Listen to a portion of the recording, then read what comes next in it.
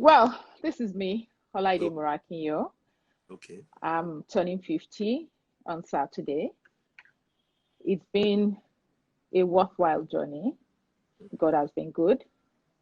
It's not something anybody can achieve with one's own understanding, but in all of it, the wisdom of God, its blessings, has taken me to where I am today. Going by my background, you'll be surprised that I'm in security business today. Yes. Because okay, let me start from a primary Oh, school, secondary school I did in Ibadan. I went to Buffalo Nursery and Primary School. From there, St. Paul's Anglican Primary School. Then from there I went to St. Anne's. I can see some of my Hands Varsity, we call ourselves then Hands Varsity girls online. And from there I went to Ife. Okay, I did A levels at St. Teresa's College, Ibadan. So I'm born, born bred. buttered, bred in Ibadan.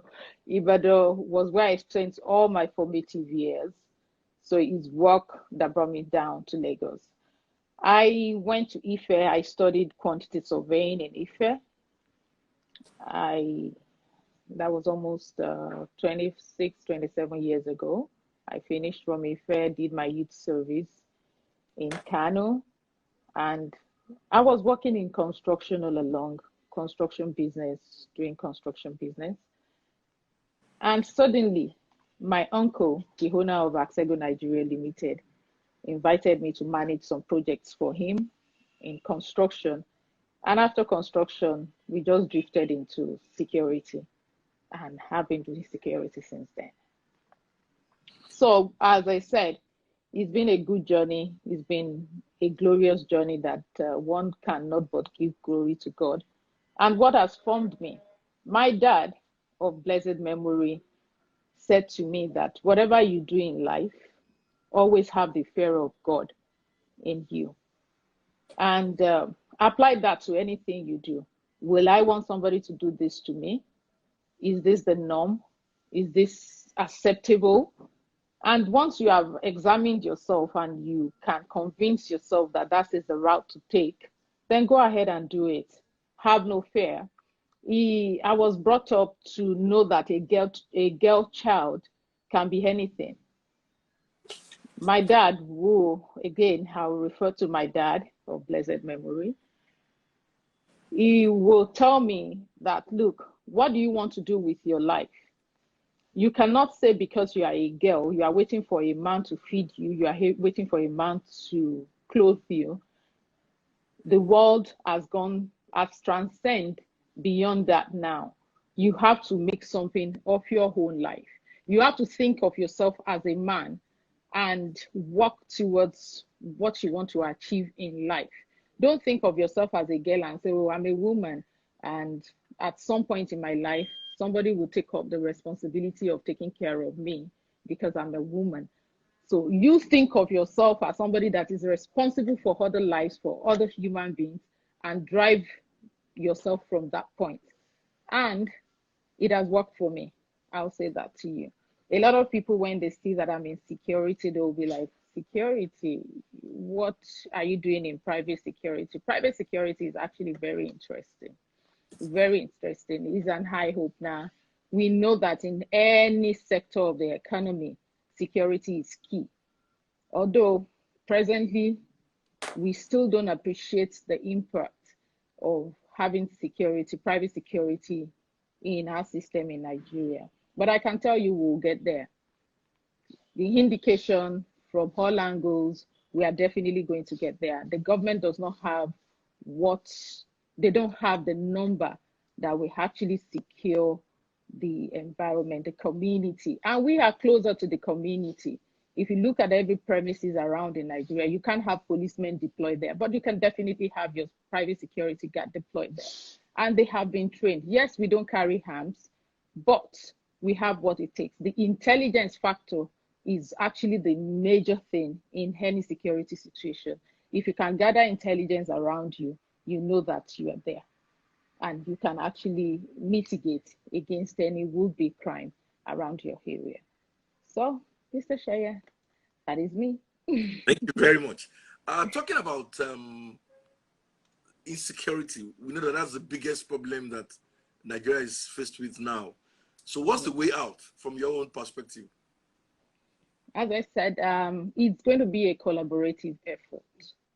The government has to give us the recognition. There has to be some regulations that will say to us and the society at large that look, the security industry from the private sector, they have a role to play in securing our environment.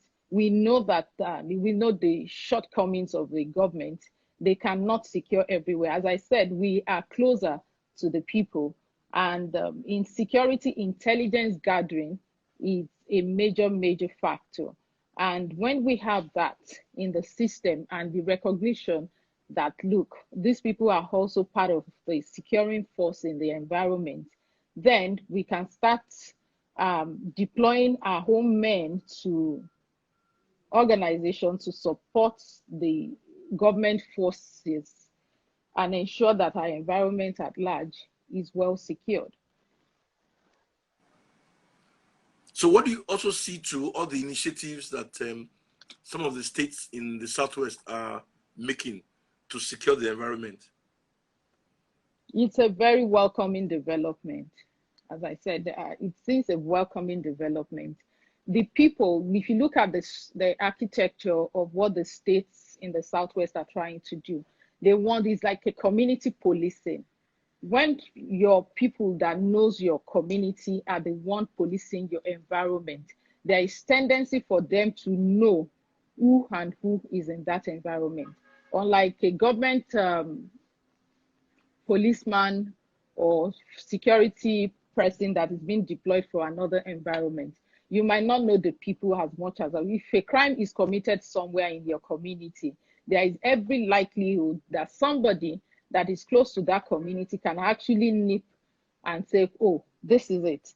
I can pinpoint the person that has done this because I am in this environment. I understand the environment. I know the people in this environment and I know what they can do. And by the time you go around and gather your intelligence, the pointers will take you to where that is coming from and how it can be mitigated. Okay. So in your choice of career, how easy was it deciding to study quantity surveying? I wanted to study medicine. And you know how it is in getting from secondary school level to the university. Oh, you didn't meet the cutoff point. And my dad happens to be a land surveyor, and his friend was like, why don't you push your daughter to do something different? Everybody cannot be medical doctors, but I'm sure if she goes into this sector, she will like it. And because I'm comfortable with numbers, and I went into that. I thought, oh, after year one, I will change and go back to medicine. But I did my year one, year two, and I became comfortable with it because it's numeric and something that you can see. As we say, is quantity. It can be quantified. I marvel at the fact that, okay, I can look at a road and tell you what has made up that road. I can look at a building and tell you what has made up the building in terms of cost, in terms of material that we have put into it. So I became comfortable with that. And I became grounded in it until I moved on to security. Okay. Tell us a bit about your dad and the influence he had. My dad. My dad was a big influence in my life. If I have to choose another a dad over again, I will still choose my dad of blessed memory. He he was a simple man. He was not into I have to amass wealth. He was a man of contentment. Let me put it that way. Whatever he has in life was enough for him. And with that, he was able to train his 6 children to university level. And I can proudly say that when I go to Oyo State today to do anything and I mention my name to them, everybody will be running around to assist me because they will say, oh, your dad was a simple man, and he will do the same for anybody without asking for any gratification. He will do it. His conscience is his big attribute. He will tell you that once your conscience is good, once you are clear with it, once you are okay with what you are about to do, and you have thought of it that if the table is turned around, how will it be? How will it be received at the other hand? And you are comfortable with what you have done, just run with it. Keep it simple at all times. Don't live a complicated life. Don't get things complicated for yourself. Just do your normal. That's my dad. What's his name? Solomon Olatunkanmi Morakinyo. Okay. Solomon. Let's talk about the lessons you were able to learn from the COVID-19 pandemic when it came in March. What do you think the lessons should be for many of us who, saw it happen and we're still going through the challenge? Well, the pandemic was not what we all envisaged. As at December last year, nobody knew this was going to go this way. But the big person, apart from my dad and my mom in my life, is my uncle that owns Axego Nigeria Limited. And he's always of the opinion that whatever you do, do it well. Don't work for the now. Work for a future, work for something that can transcend even you. When this pandemic broke out and offices were shutting down here and there, because of the reserve, because of measures that has been put in place, we were able to weather it. We are a security company. There was no way we could close down our business because it was at that period that most businesses needed us.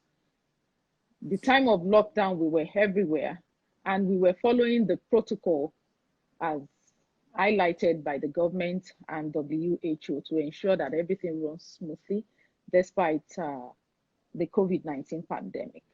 But I will tell you one thing. For us, it's a learning curve for everybody. If you had asked me before if it was possible to run my business from the comfort of my home, I'll probably say no. But with this pandemic and what we have gone through, and we are still able to open our business up today, I will tell you that yes, you can actually work from home. And I think the world is going to start looking at that to see how people can work from the comfort of their home. It's happening already in the advanced countries. It's not something that we are used to here. But to my surprise, our businesses didn't collapse when we were working from home. We were working from home. We were still able to sustain our businesses. So it's a shift from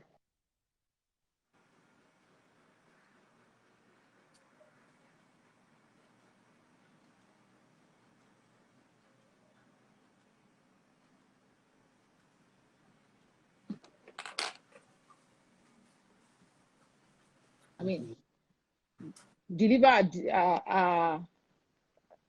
end products or end results, looking for how to do it better, even while working from home. It's really something that nobody knew could work, but it has worked. And we've taken a cue from that, and we are using it also to also work out some strategies that will take our business into the next phase. Okay. So what do you think the lessons that we all of us should learn from the experience? We should think out of the box.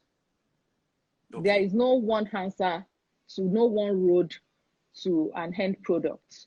We should look at exploring different angles, look at things from different angles, and always have at the back of your mind that what you're looking for is solution, not problems.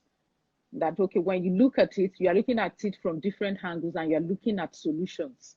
You are not looking at problems and thinking that, oh, this problem is insurmountable. But look at it, any problem, and look at it in solution with solutions eyes, that, oh, this is the problem at this time, but it can be surmounted. How do we do this? Then think out of the box and approach it from there. Okay. Looking at life at 50, how does it make you feel? I actually don't feel 50. I actually don't feel 50, but I thank God for the journey so far. It's been a wonderful, wonderful journey. It's been a big, big journey. It's a journey that if you had asked me last year if I'll still be alive today, I'll probably tell you I don't know. But Why? a lot of things happened to me in 2019 and I was able to overcome. And I know that, look, it's only God that gives life, and it's only God that can give it in abundance. And years has been a blessing to me. And I want to believe that it's been a blessing to the people around me too. And I have also been blessed by a lot of people around me. So what are the, moving forward, what are the things you plan to start doing, or things you probably not do again, and things like that? What are the decisions you've taken as you open a new chapter? Okay, I've said to myself that I will not be procrastinating anymore. I want to play golf. I'm going to pick up, I bought my golf kit actually in 2018, and yes, I am yet to start playing golf. So I've said to myself that, look, it's not going to be work. As I said, we've taken some lessons out of this pandemic and the lockdown, and the fact that we were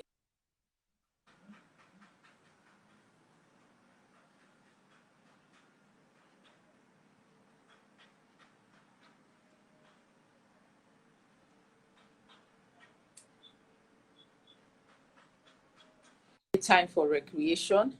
I have to do everything. If I feel like traveling to go and shut down somewhere, I will surely do that. And I know that my business will still be running and everything will still be fine. So it's not going to be like the way we were doing things beforehand, holding on to everything. You are learned to let go. You can't hold on to everything. You can't do everything. You have to allow other people to do some things for you, so that at the end of the day, you don't die with the knowledge that you have without being able to pass it on to other people to run with it.